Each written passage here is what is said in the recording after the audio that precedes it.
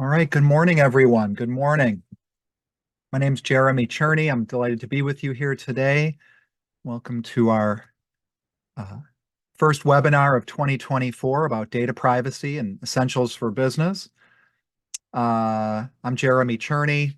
If you're new to these webinars, good to meet you. Thanks for being here today. If you've been here before, thanks for coming again. We are going to be talking about data privacy today. Just kind of an interesting topic in the world of security because it kind of has different crossovers in different ways. And as you go through today, some of the topics are a little complex or nuanced.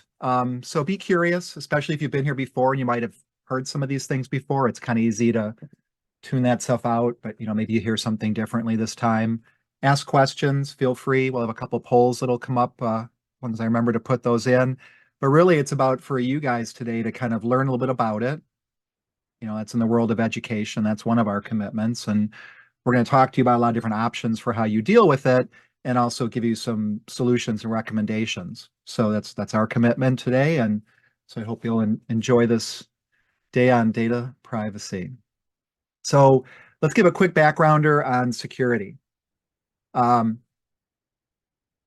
When we think about security, a lot of times we're thinking about the hackers and the attackers and the ransomers and all that kind of stuff. And most security things boil down into one of three buckets, the CIA triad. And this is what we're always trying to protect you from and against and what most people are interested, which is keeping their systems confidential. So making sure no unauthorized party gets access to the systems, the resource, or the data. Maintain the integrity of your data, make sure it's not altered or corrupted in any way, and especially by an unauthorized party, and making sure your systems are available. People don't always think about this when it comes to security, but if you can't get access to your systems because of a natural disaster or a attack of some event that causes those not to be available, then that's another security event. So the question is like, where does data privacy fit into that? So data privacy really refers to the practices and the policies that really ensure that confidentiality, right? We talked about the C in confidentiality before, and the proper handling of your personal information. So it involves like the control over it, how it's collected, how it's stored, how it's used, how it's shared, and really about your personal data. That's what we care most about. And that's data that typically, in the world either belongs to you or it belongs to one of your employees or maybe some of your customers. You might have, some kind of custodial relationship over all of that data. And data privacy really emphasizes like the consent, the notice, the regulatory obligations, to really ensure that your data and the individual's data is being used ethically and legally, and it's protected from any misuse. And really like from an individual rights perspective, how things are being handled. And we'll talk more about those individual rights as they relate to lots of regulations that are out there at a federal and state level. But the aim really is to protect people's personal information from unauthorized access and to maintain the integrity and privacy in our increasingly complicated digital world. So that's this, it's a little bit different than the other part of security because, one is they're kind of like two sides of the same hand, so to speak, right? So data privacy and cybersecurity, they're related, but it's really kind of across different aspects of information protection. So data privacy concerns the handling, the management, the use, compliance, laws, regulations. And it's about ensuring that that personal data is collected, processed, and shared with consent and for legitimate purposes to safeguard individual rights and privacy. Privacy policies and practices dictate how data should be treated to respect your confidentiality and individual preferences. Cybersecurity, on the other hand, refers to all the technology, the procedures that we use to protect that data from unauthorized access, theft, and damage. So it's more the securing your network, securing your computers, implementing the security protocols, defending against cyber threats like hacking and ransomware, And so we're focused more on the technical aspects of protecting that data from those external threats. That's different aspects. It's kind of the two sides of it. So it's subtle difference, but makes all the world because you can have really great cybersecurity and still have a data privacy breach. We'll talk about what that looks like. So here's one in the real world. Equifax, large credit reporting agency, whatever else they do in that world. They were hacked. They had a consumer complaint web portal. Because, right, we have consumer complaints about Equifax and other data reporting agencies. They're usually not of people's favorite companies. Anyway, they have a complaint web portal, and the attackers, there was a vulnerability in that web portal, and the attackers are able to get in, and then from there they jumped to another system where they found passwords and able to get through. And they were in that network for, I think, about 2 months, they said, and they were able to pull out data. And then in the end, Equifax didn't publicize the breach until a month after it discovered, and there was even some fun insider trading and stuff to boot around it. So in addition to the whole world of the actual data breach, there's how people handle the breach to minimize it, to mitigate it, to reduce it, to own up to it, to deal with it. They did not do a great job. And it was pretty costly for them. What did they do? They got downgraded. They got a financial rating downgrade. They spent over $1.5 billion to resolve consumer complaints. And then they also had to do massive cleanup because once their systems were infected, they had to do massive cleanup, and they spent about $1.4 billion in fixing their systems. So a little bit more grounding here in terms of the education, some terms that might you hear about in terms of data privacy. And that would be, the personal and identifiable information. That's your names, addresses, driver's license numbers, social security numbers, could be healthcare information, other things like that. You've got laws showing up. One of the famous ones is the General Data Protection Regulation, which is the European Union law on data protection and privacy. But there are lots of laws already in the United States. There's laws in every state now, at the federal level, at the state level, and more are coming. And it's getting pretty weird, not just to protect your data, because there's lots of ways to protect your data, but then some of these, the governments are also concerned about data privacy of things where it's you're using data privacy protections to protect illegal data, like anything that would be considered illegal, child pornography, anything like that they want to do. That's obviously, wrong, and people don't want to see that happen. So what they're doing into these data privacy laws is they're saying, on one hand, we want to protect your privacy. On the other hand, we want to be able to get in their phone and see what you're doing if we think you're a criminal. And on one hand, I kind of agree with that. And on the other hand, we know that's pretty ripe for misuse. So there's a lot of discussion about how all that's happening and in the laws. And if you're interested, you can go to like the electronic EFF, the Electronic Freedom Foundation, and talk to them and see what they're doing about this, and get involved if you're interested in that. Data breach, that is any unauthorized access to sensitive data. Encryption, that is when we are encoding your data to protect its confidentiality. So if it does get in the hands of somebody else, it will not be readable for someone that's an unauthorized party. We have data minimization, collecting data only for the specific purpose. Some companies go way overboard and collect absolutely everything. And now you're starting to see that they're trying to collect only for a specific purpose. And a really annoying way you see this is in those cookie pop-ups, because those cookies collect information about you. And there's other things that get collected when you go to browse a website. And when you have those terms of service on the website, when you have those cookie settings, that's what you're in potentially controlling, is how much data is being sent to the provider, assuming they give you that kind of control. A lot of them just do it and don't let you know. Consent is another word, explicit permissions. That's kind of a legal term. Data processing, those are the operations performed on the personal data. And there's a lot of that going on, of how data is being used being used for targeted ads that we want or don't want, things like that. Data controller, this would be, whoever has the data and processes it. So like Facebook would be a data controller. Data subject would be you or someone of interest to you that you have, worried about data privacy. Maybe you're one of your employees or your clients. And another feature you're seeing a lot of these laws showing up is the right to erasure, the right to delete, or the right to be forgotten. And that means that, once you delete your account, they truly get you out of their system and never used again. But yeah, a lot of state and federal laws showing up around these things. It's gonna be very interesting to see where that goes.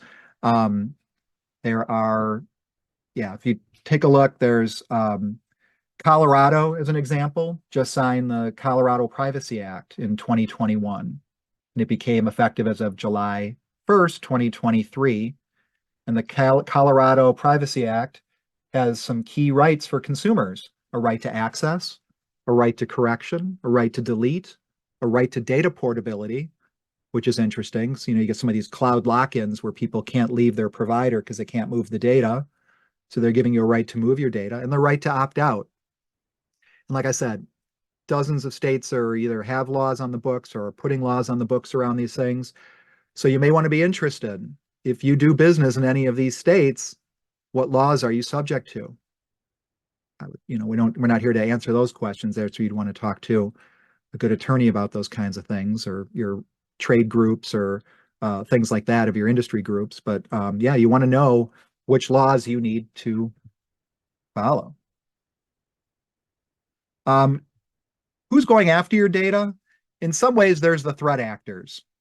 These are the ones that are going in and taking your data for all kinds of reasons. The hacking, the attackers, the insiders, things like that. Where you see this as far as data privacy concerns is if they do some kind of a ransomware event and they take data off your system, and you have a great backup and disaster recovery plan in place, and you didn't need to pay the ransom, but they release your data anyways on the web. And now you might be subject to either been part of a breach or have been the subject of the source of the breach, as far as if it's your company's data. And if there's personally identifiable information in there, things like that, that would be something you'd be dealing with. But who are the legitimate threat actors? Who are we voluntarily giving our data to? I'm hitting the social media ones here because these are real obvious ones to talk to, but every cloud service you use has some kind of terms and conditions. Something about that. There's especially, if it's free. So, the social media companies, first of all, it's advertising-based revenue. They're not generally charging you to use Facebook or TikTok or any of those kinds of things. And so they are strictly making money based on advertising. And in order for advertisers to pay top dollar, they want to know, who are they talking to? They want to get as much information about you as possible so they can send it to their advertisers to say, hey, I got a great guy for you. He's a owns an IT business. He's a dad.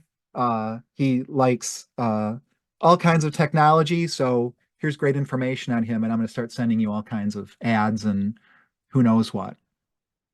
It's used not only for the ads, it's used for political ads, which we all know and love. And there's lots of ways that gets used. And these sites, there's engagement-driven design behind these. What does that mean? It means they are trying to keep you on the site to do as much as possible, to stay there, to see the videos, to see the photos, to engage in some way, and they want to keep you on as long as possible. So, and then again, that's to maximize their revenue. It's trying to, they've got these algorithms that prioritize the content, and it may even be a fun thing. I mean, either it's appealing in some way, right? Either you're really enjoying it, or your brain is just mindlessly scrolling for an hour in the middle of the night or something like that. But whatever it is, there's something about it that is appealing. It's undeniable. And so they make a lot of money out of that, which is fine. They're a business. We seemingly know what we're doing when we sign up with these social media companies, and a lot of times we use them for our business, right? We've got our personal accounts, usually Facebook and this and that. And then we've got our business Facebook account, our business LinkedIn page, things like that. So the data monetization is happening. They're forming third parties, they're selling the data. There's just all kinds of ways of using it. And again, that's their business. I'm not, judging it per se, other than I think there's a lot of things that don't work for me in that world, but it's kind of the world we've got. At some point, we chose to have a free internet, more or less, as a group. We chose not to pay for the websites. We chose to give the sites for free, and we'll let them sell our data and do things like that. You see paywalls and things showing up on some of it, but even with that, they're still monetizing and doing all of that. So the issue with this is really, it's not just that they're doing this, but then how are those third parties handling your data? How are they treating it with care so that it doesn't get exposed? Are they treating it the way you wanted to from the terms and services, for terms of service when you signed up for the service? Or are they using that data for some purposes that you despise or don't like or don't want, whatever that is? So that's going on as well, and that's kind of out of your control in some ways. If you use the service, you pretty much have to accept that this is going to happen. So it's free, but there's a cost. If you're not paying for it, you're not the customer, you're the product. And I think I heard somewhere like Facebook is, what did I hear one stat? I don't know if it's the current number anymore or something like that. I think it was like under 20 bucks, might be 12 bucks. Like if you were to pay 12 bucks a year for Facebook, that's about what uh they kind of make off of you, so to speak, or some level around that. And so we willingly give over all our data. We willingly let them do what they do, all these services for pennies. So we're giving up a lot there, and we know it's costly in a lot of ways. And what ways is it costly? Take a look at your terms of service. Now, I know most of you don't read that kind of stuff, but let's find out who reads your terms of service here. So where's the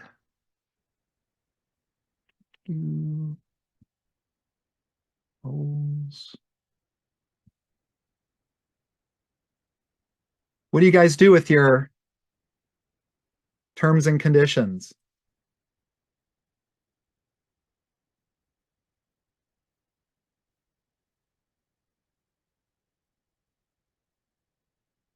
Scanning my list out here of who our people are. Any attorneys out there? Not reading every word. It's tough. They're really long. You're often reading it like on your phone screen. Sometimes they try and put it in plain language, but sometimes it's like, there's a lot of legalese and Latin and stuff like that in there. So great. So let's see. We got nobody reads every word. 40% of you skim over the main points, and 60% of you scrolled the bottom and clicked accept. And honestly, I'm that way most of the time.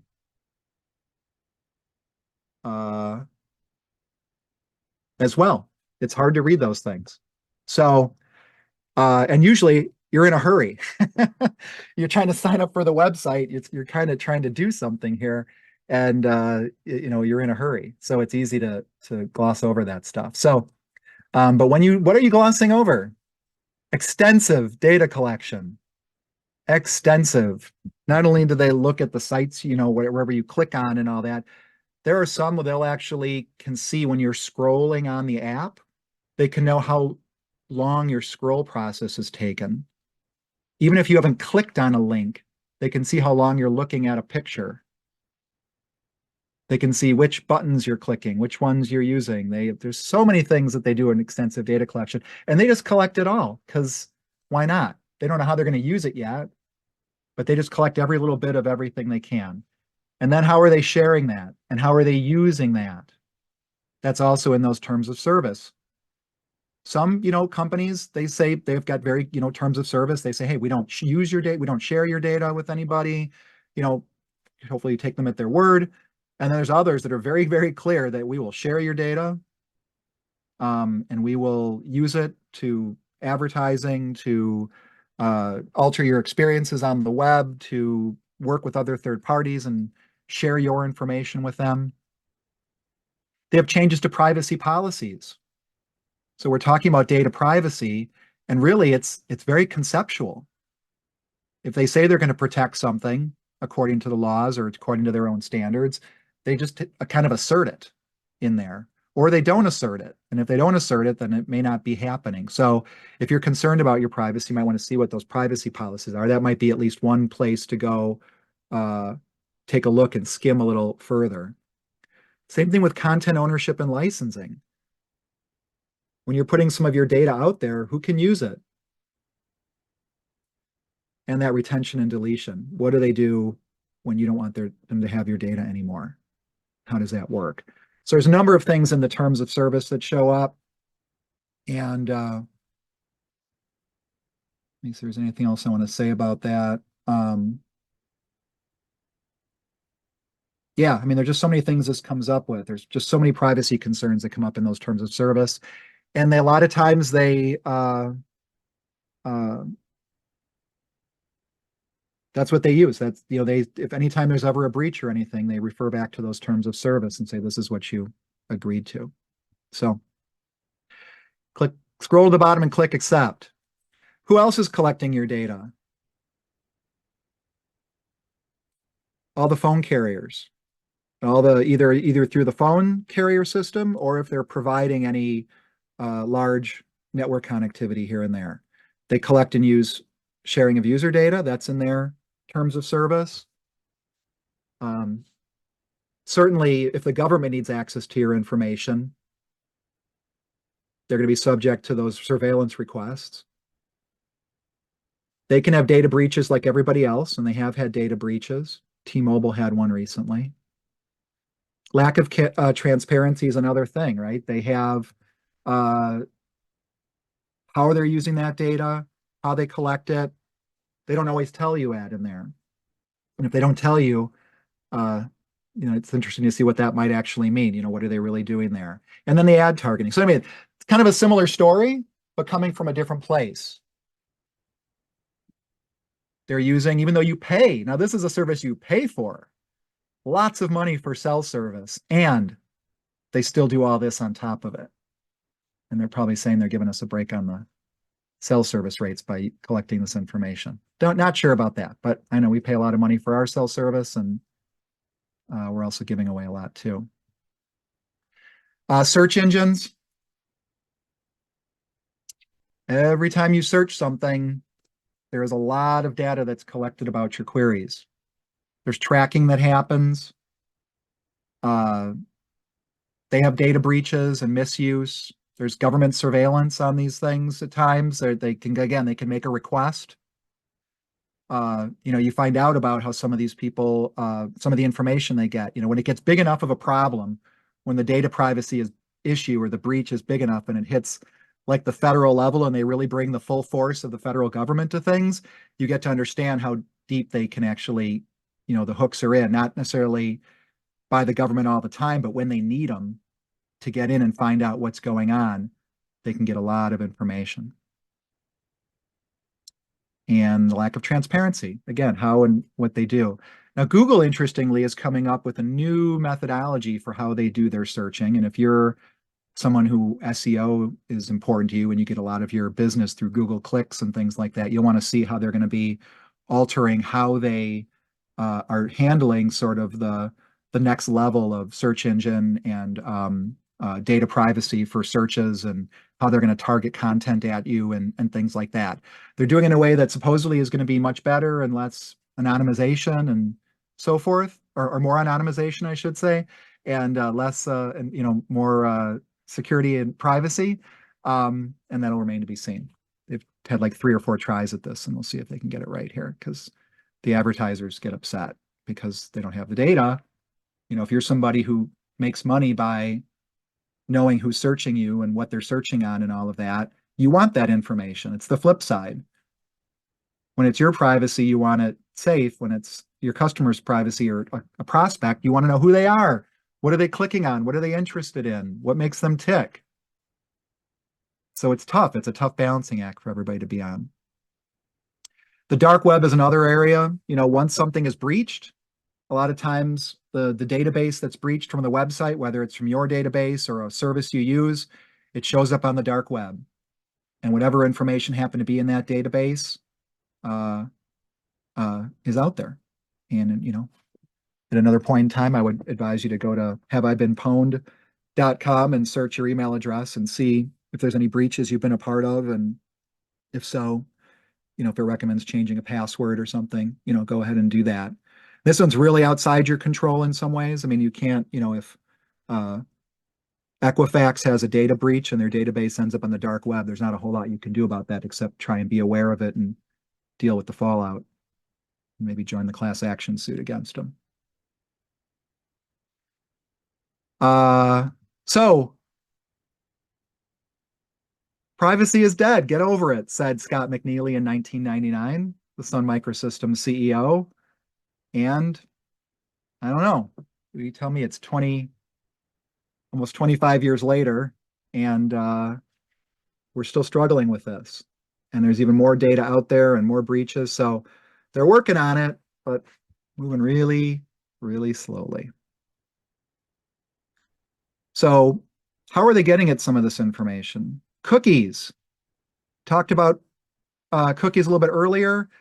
These are little bits of information that a website sends down to your computer to store information about you to make the website usually a little easier to follow and use. It might store like what page you were on, maybe some of your page settings, might have like your little bit of information about you, like your email address or things like that to make it more useful. Sometimes the cookies have like a lot of bad information in there, like there's security tokens that shouldn't be in there and other information. And then the other thing is sometimes these cookies will,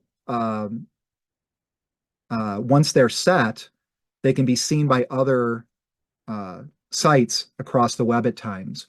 So when I was talking before about data minimization, this is one way you can minimize this. But again, how often people go through here, I mean, again, it's just become an annoyance. And by the way, this is mostly right outside of the European Union's General Data Protection Regulation that was asking to say, hey, you've got to let people know what's happening with cookies and give people some power over what they do. So I acknowledge the kind of idea behind it and the commitment behind it, but it is so annoying. And most of the time it's just accept all or reject all and hope it works, or, you just never know.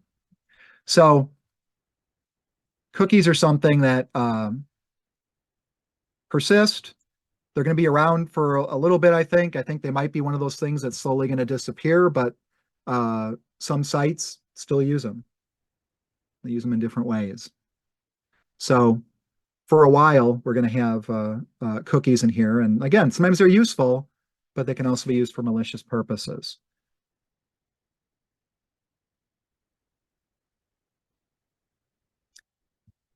Digital fingerprinting, it involves collecting information about your device or your browser to create a unique identifier for who you are. So it may not know your name.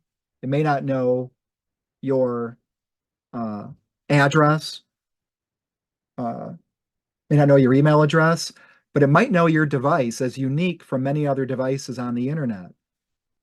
It's called digital fingerprinting. It collects information through your web browser about your browser. There's all kinds of information that your browser, when you use Chrome or Edge or Firefox, that it sends out. And a lot of that information ends up being surprisingly unique from computer to computer. And so it enables privacy concerns, right? It raises these issues of explicit user consent. How can you do that? How can you evade stuff if they can digitally fingerprint you? So again, you're starting to see some of these features show up in some of the more modern web browsers to do some of this and try and reduce some of these things. But again, it's kind of it's already after the cat's out of the bag on some of these, and they're trying to go back and fix. So this will be around for a little while as well. Social engineering, another way that people are getting at your data privacy, and that is taking over your account, getting you to take some action, send them some information, do something by pretending to use fear, urgency, pretending to be someone you trust. It's basically a con game, but social engineering is a quick way where data privacy can get breached because, again, depending on how they get into your system, whether it's something that you did, they did, this is a way business email compromises and via social engineering are still wildly popular. Those come from the phishing attacks. We've had a number of webinars on security. So you want to be ever vigilant on the phishing because a lot of times, what are they trying to fish for? They're trying to fish for some of your private information, trying to fish for email IDs, passwords, but they might be fishing for social security numbers, driver's license numbers, anything to get you to type in something into a fake account. So print this page off. When you get this copy of the presentation, take a look, print this off, put it next to your computer. If anything, it's just a good reminder to be watching out. But even these kinds of things with artificial intelligence, some of these things are getting harder and harder to suss out. Another place where data privacy is getting breached is when people dispose of things improperly. There was a case where a police department disposed of a copier printer fax machine. And in the copier printer fax machine, there was a hard drive that stored a copy of all the faxes that came in digitally. They didn't wipe that. So someone did some dumpster diving, got the copier, and got all the fax numbers and fax, whatever was on those fax images from that drive. Sometimes it's credentials. You were hearing stories about people returning like Internet of Things type devices, like baby monitors and baby cameras, and returning them to the store, but not wiping them, and then they get resold, and the person's credentials are still in there, and suddenly they're seeing their old photos and videos from their baby monitor situation. I mean, there's a lot of things you want to look at here. So don't just throw it out. First of all, let's be a good citizen of the planet here because there's some really bad, toxic stuff in here. There might be someone that could reuse it. So maybe we can wipe it and, give it to somebody as an extra machine or as a spare or as a, send it to, charity of your kind if there's still some use in there. But it's another place where data privacy is breached. This gets a little personal, but again, you want to think about this as, on the flip side, as the business owner, as the custodian of your employees' information, if you store any of it, and your clients' information. And if any of it ends up being around personally identifiable information, identity theft is a possibility, and it's something you want to be concerned about. And that's really when someone steals that information to commit fraud. We're pretty familiar with that and all the kind of Consumer Reports types things and all that. But what do they really say about it? If you watch out for it, if you see things you didn't buy, if you're getting debt collection calls or loan application denials, you might even get a notification of a breach. Someone might have actually sent you a formal letter saying there was a breach on your account. So you want to watch out for that. Now,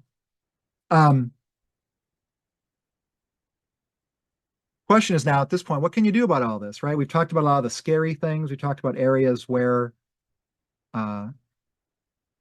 privacy can be breached, where it can be something that someone else might misuse it, mishandle it, and cause a breach in data privacy. It might be something you do, right?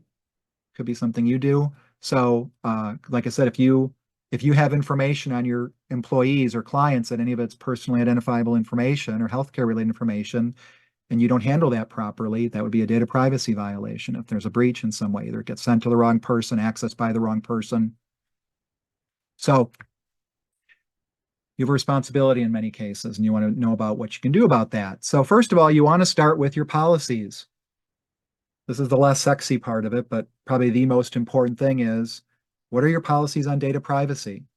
What are your terms of service for working at your company? It starts with data classification, because not all your data is critical or, worrying about data privacy, but some of it's going to be, and you want to make sure people know that there's different buckets of information. There's stuff that is public information. There's stuff that's, information that you can share between you and your client. There's things that you can share among a group of clients. There's things that you can share only internally or only internally with certain teams. And so the data classification becomes important at that point. Plus, there's kind of a cost to data classification. It takes a little time, takes a little effort to label and manage that. So, um, you want to kind of make it as small as number of buckets as possible, but you want to start to say, hey, all data is not the same at our company. And here's the safe handling procedures. Here's how we handle data.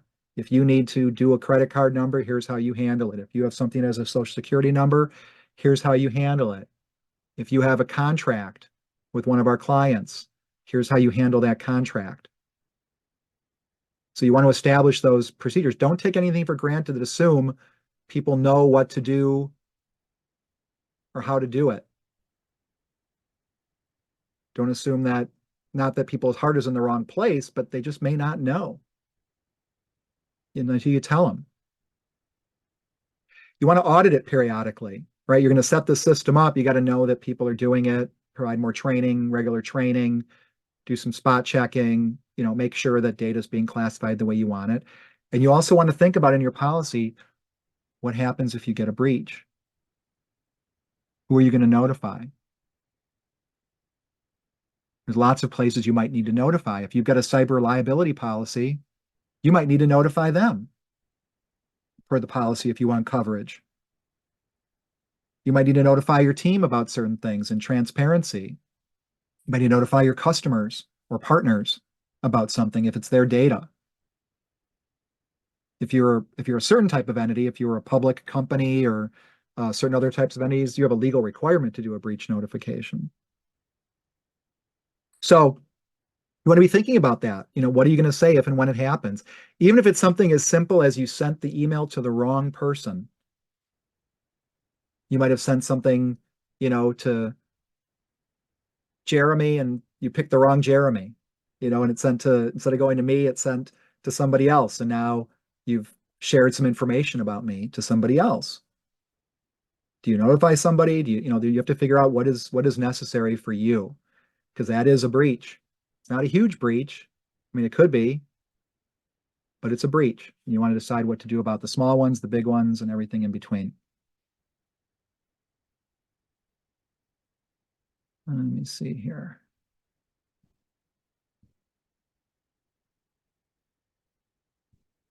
Back to oh,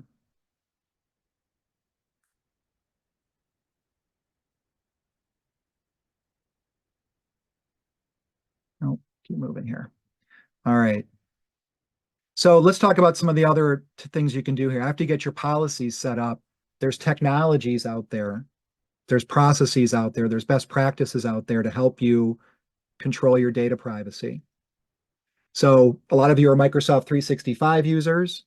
Microsoft has a number of technologies that are built in that deal with data privacy.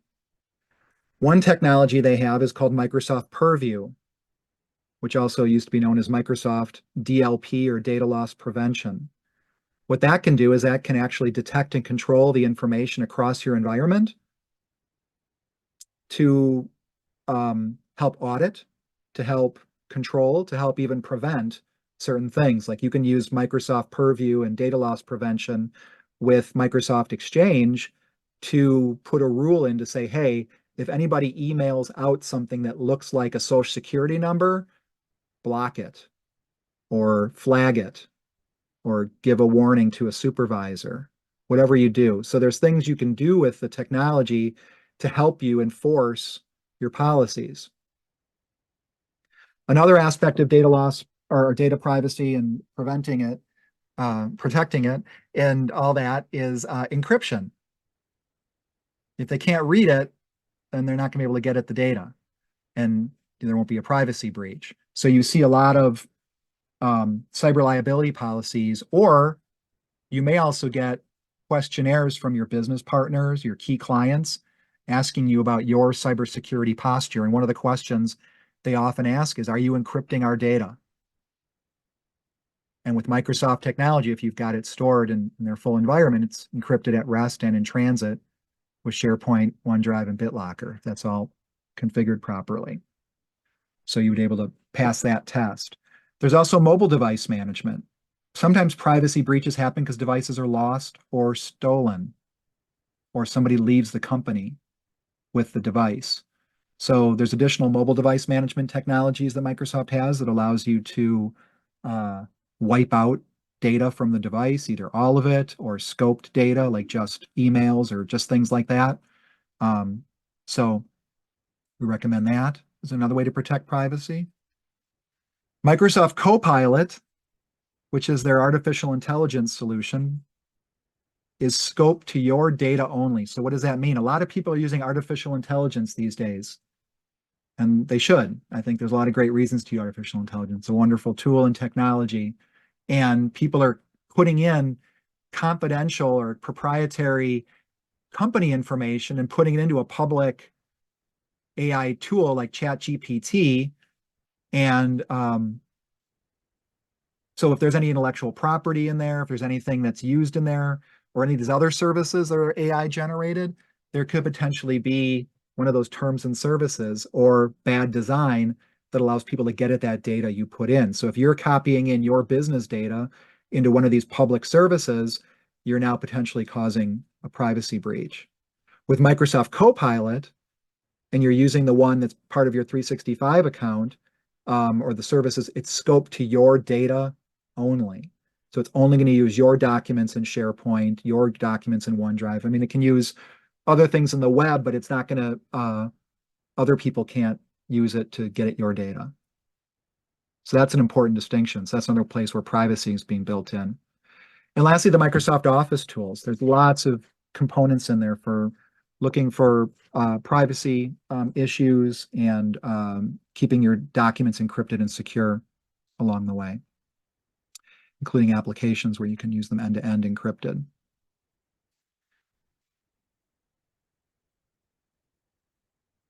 All right, let's see. We're cooking along here. You guys on the edge of your seat? It's exciting stuff. May not be so exciting, but boy, is it important. And boy, is it urgent when you are dealing with a loss, a data privacy issue. There will probably be no bigger fire you're dealing with that day, week, or month if you really get a significant problem. So some other ways of hiding your and keeping yourself private. People use browser incognito mode or privacy mode. A lot of browsers have this now. Safari, Edge, Chrome, Firefox, all of them. Now, what you want to know is, while it does provide some protection, there's some myths associated with it. It does not make you entirely anonymous online. There are still little bits. If you read any of those things, it'll say any of those services when you enable and you go into an incognito window or a private browser window, there'll almost always be a disclaimer telling you, hey, this is going to protect you a little bit, and it's going to protect you from a few things, but it ain't going to protect you from everything. So if you think you're using that and somehow you're now invisible on the internet, you're not. But it does some good things. It provides some good protections. It provides mainly more for yourself if anybody would get your device to see what you're up to on your device. It's excellent at protecting you from that, because once you exit the privacy mode, all trace of you doing that on that device is gone. So let's see. I think browser incognito and privacy mode kind of got its start in the is also known as porn mode, where people would use this to do and browse things they didn't want other people to know they were browsing on the web. There are some dedicated browsers that are specific around secure privacy, focus-based web browsers. There's Tor browser, there's the Brave browser. But again, none of these are absolute privacy, and they still, again, depending how interested people are in getting at your information, it can be really tricky to really protect yourself all the way through. For most of you, it's not going to be a big deal to use these things. No one's going to care. But if you're somebody of interest, or somebody they stumble upon that somehow becomes a person of interest, it's really tough to completely avoid that. There are identity theft protection services. These are usually paid services. And I'm just going to tell you what Consumer Report says about these. Can it monitor your identity? Up to a point. Can it tell whether your information is on the dark web? Yep. Can it remove services, remove your information on the dark web? No, not really. Not unless you really know a guy on the dark web or have some government agency or something that, you're bringing the full force of uh, federal government and one of our three-letter agencies or something going after somebody. There's not much you can do about it. Um, can they remove your prevent the theft of your identity? Not really. They can't because there's so many ways where you can do it. And can it help you restore your identity? A lot of them provide labor. They'll help reach out and do things, and that can be valuable. But it really takes something, and it is not as easy as they make it sound. But it could be valuable. And if you ever have a breach, if you ever are somebody where your company had a breach and you needed to, as part of your insurance policy, sometimes you end up having to pay for identity theft protection services for your employees or customers for a year or something like that as part of dealing with the breach. Two-factor is a great way to protect your data. If somebody can get in with your ID and password, they can get at your data. If they can get in with your ID, if they can't get in with your ID and password, if you've I say can't. I mean, for most parties, they can't get in if you have multi-factor authentication enabled. It gets around most people. Most of you are pretty familiar with this now. We've been preaching that for a long time. If you haven't got it on any of your critical emails, banking, your VPN, your mobile phone provider. I don't mean your mobile phone, I mean your provider, like Verizon, T-Mobile, all those. You want to enable two-factor everywhere because sometimes the breach happens if their database gets if there's what's called a credential stuffing attack and they're trying to guess IDs and passwords and things like that based on passwords they probably found on the dark web. If you haven't got it protected with two-factor, they're going to get at your data. Password managers are also really good. Passwords are starting to become edging out in favor of something called passkeys, but passwords are going to be around for a long time. It's going to take a long time for passwords to kind of work its way through the system. And in the meantime, it's still a vector of attack. It's still a place where, people are guessing passwords or brute forcing attack passwords, or they're grabbing passwords, like I said, from a breach database and trying those. And so you want to use something like this as another way to kind of prevent the privacy breach.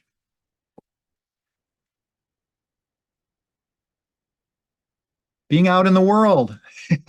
Used to be we were just trying to protect your workstation sitting in your office with your big CRT screen that was 2 feet deep and all that kind of stuff, and your dial-up modem and things like that, your ISDN line or whatever. Now you guys are working everywhere at all hours of the day. You're working at home, you're working in hotels and coffee shops and airports and conferences, and you want all your data and your apps and your programs, and you want to be able to do it all securely. Well, it adds in a lot of complexity into the system, but honestly, a lot of this stuff is getting better. It's getting better. It's getting a little more safer as long as you kind of know what you're doing here. So a lot of the apps these days by default have encryption built in. If you load Microsoft Outlook on your phone and you're using the actual Microsoft Outlook application, that is encrypted end-to-end to Microsoft for all your email.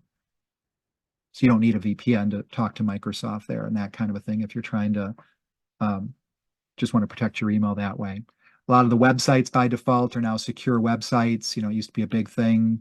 Always your website HTTP or HTTPS for secure, but the websites now mostly by default are HTTPS, and all the popular websites where there's a lot of potential exposure for data privacy breaches are all HTTPS. So that's a good step in the right direction.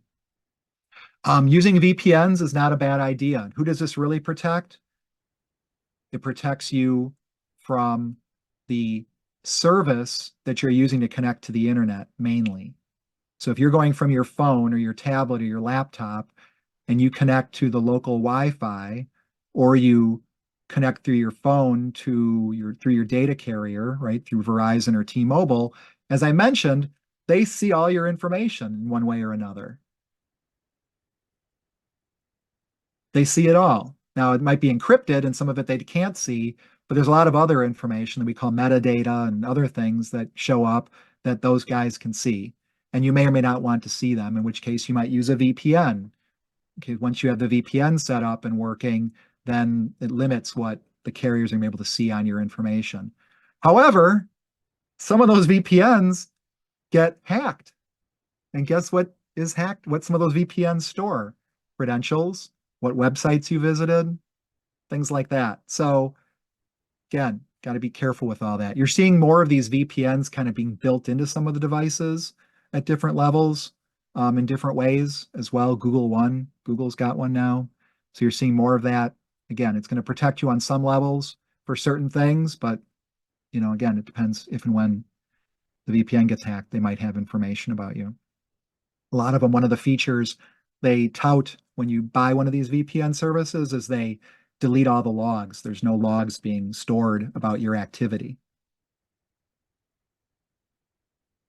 Um, if you're using your device, especially if you got a Windows device or something like that, most tablets and phones don't really have to worry about this. They're kind of by default set up for this. But your Windows devices, when you connect them to a public Wi-Fi uh, at a hotel or an airport or something, as long as you're connecting to, what you're pretty sure is the right one, uh, sometimes your windows will pop up and it'll say, oh, you've connected.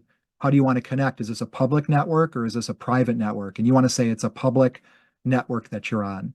That'll have Windows raise its shields as high as possible to protect anybody kind of poking at your laptop directly. If you ever go to a website, or I'm sorry, use a wireless service, and I'll give an example. Like, say you go to a hotel, a legitimate hotel like a Hyatt or something like that, and you go into the Hyatt and they Hyatt's still available. Hilton's what I'm thinking of. And you go into Hilton and you sign in, use the Wi-Fi in the hotel, and they usually bring up a screen that is kind of a terms of service. Sometimes they want to confirm, you're a guest in the hotel. But by and large, that's all it's really doing is kind of allowing you through once you've accepted its terms of service and verified you're a legitimate user. Um, some of the airports and hotels, coffee shops, sometimes they have those screens, accept before you can use kind of things. Generally, that's not a problem. That's common, not an issue. If, however, they say in order to use this service, you must install a certificate on your computer, and it'll say, would you like to install this certificate? You want to say no, because generally what the certificate's going to allow them to do is if you input a certificate on your computer that they provide you, that will allow them to decrypt all the traffic going between them and you with the certificate. So you never want to accept that certificate. And you never want to use the computers at the business center at the hotel. I don't, using their Wi-Fi is generally okay as long as you're doing these other things, mitigations, but I would never ever use one of the computers they've got there. Who knows how those are being maintained.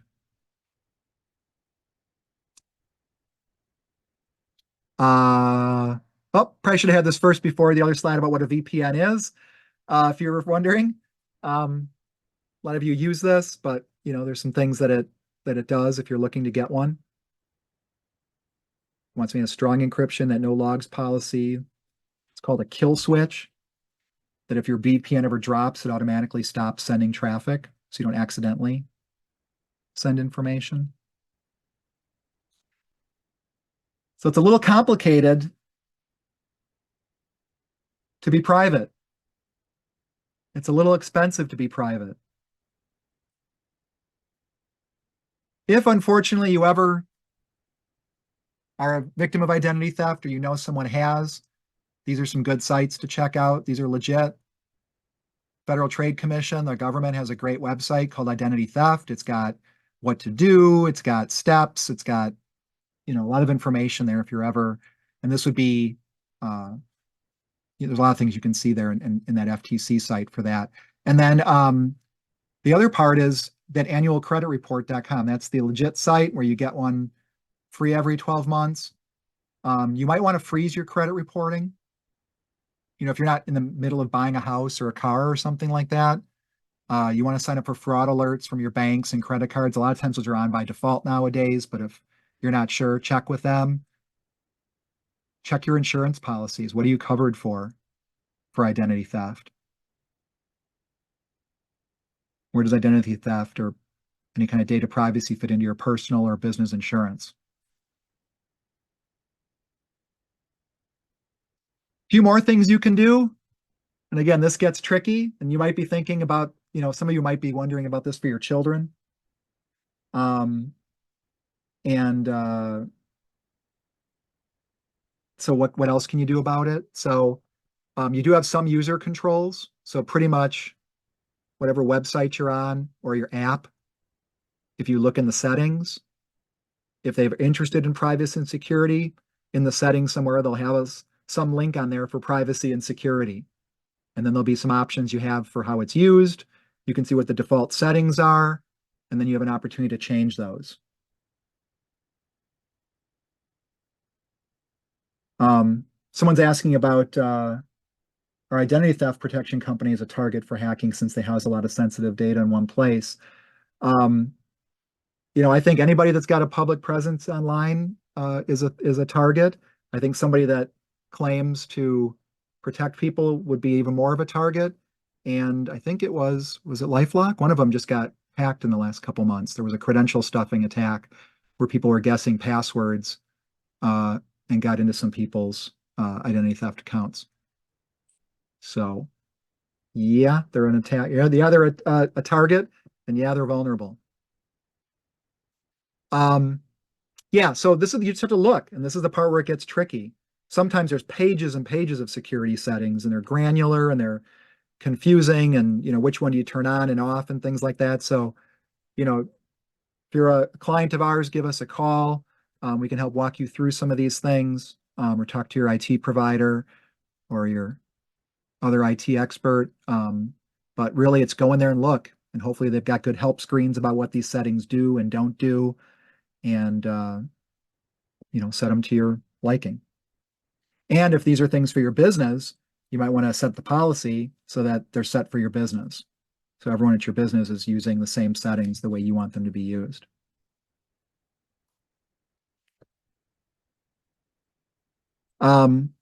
It's so scary to be a parent these days with all this going on right now. It really is. I mean, I'm an expert in this, and I gave up a long time ago on some of these things. There's just only so much you can do about this.